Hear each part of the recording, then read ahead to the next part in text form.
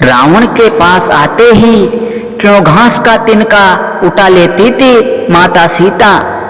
रामायण में एक प्रसंग आता है जिसमें माता सीता अशोक वाटिका में एक वृक्ष के नीचे बैठी रहती हैं और रावण बार बार अशोक वाटिका में आकर माता सीता को धमकाता रहता था।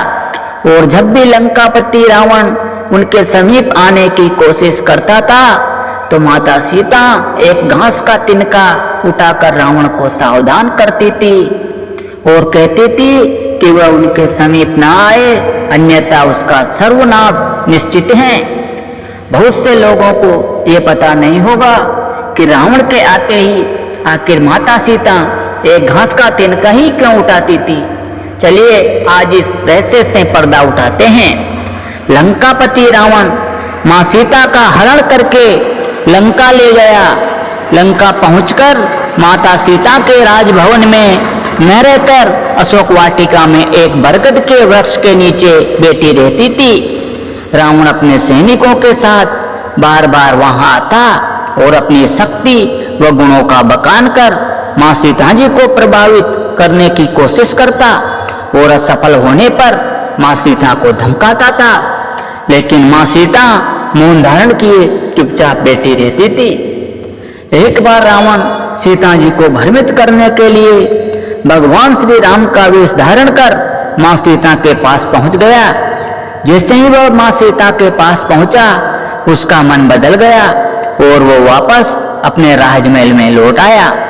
उसे वापस आया देख रावण की पटरानी मंदोदरी ने उससे पूछा, आप तो राम का वेश धारण करके गए थे, फिर भी सीता को प्रभावित नहीं कर सके, क्यों? रावण ने जवाब दिया, मंदोदरी, जब मैं राम का वेश धारण कर सीता जी के पास गया तो सीता के प्रति मेरी भावना ही बदल गई, वह मुझे मां रूप में नजर आने लगी। रावण ने अपना हर पैंतरा आजमा दिया, हर दांव चल दिया, लेकिन वह माता सीता को किसी भी प्रकार प्रभावित नहीं कर सका। उसके मन में भी एक सवाल आता था कि आखिर मैं जब भी आता हूँ तब सीता एक घास का तिनका क्यों उठा लेती हैं। वह बार बार कहता था, मेरे जैसा शक्तिशाली व्यक्ति को तुम घास के एक मामूली तिनके से क्यों डराती हो। वह भी इसका रहस्य जानना चाहता था, लेकिन इस घास के तिनके का रहस्य माता सीता के अलावा कोई नहीं जानता था। यह बात उन दिनों की थी जब माता सीता का विवाह भगवान श्री राम के साथ हुआ। उसके बाद वह अपने माता पिता व जनकपुरी को छोड़ भगवान श्री राम के साथ अयोध्या चली आई। अयोध्या वासियों ने अपनी बहू का बहुत स्नेह से आदर सत्कार किया। माता सीता ने भी अयोध्या राजमहल के सारे रीति रिवाजों का बड़े ही प्यार व सहज भाव से पालन किया। इन्हीं रीति रिवाजों में से एक रिवाज ऐसा भी था जिसके अनुसार माता सीता को घर के समस्त लोगों को कुछ मीठा पकवान बनाकर खिलाना था। माता सीता ने मीठे पकवान में खीर बनाई और समस्त परिजनों को खीर खाने के लिए आमंत्रित किया। सभी परिजनों ने माता सीता का आमंत्रण स्वीकार किया और खीर खाने बैठ गए। माँ सीता ने सबको खीर परोस दी, लेकिन न जाने कैसे राजा दशरथ की खीर पर एक छोटा सा घास का तिनका गिर गया, जिसे माँ सीता ने देख लिया।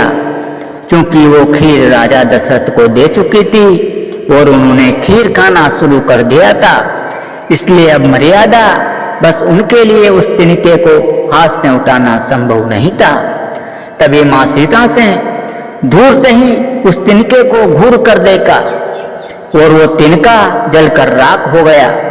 सीता जी ने सोचा उन्हें ये करते हुए किसी ने नहीं देखा, लेकिन राजा दशरथ ने माँ सीता के इस चमत्कार को देख लिया था।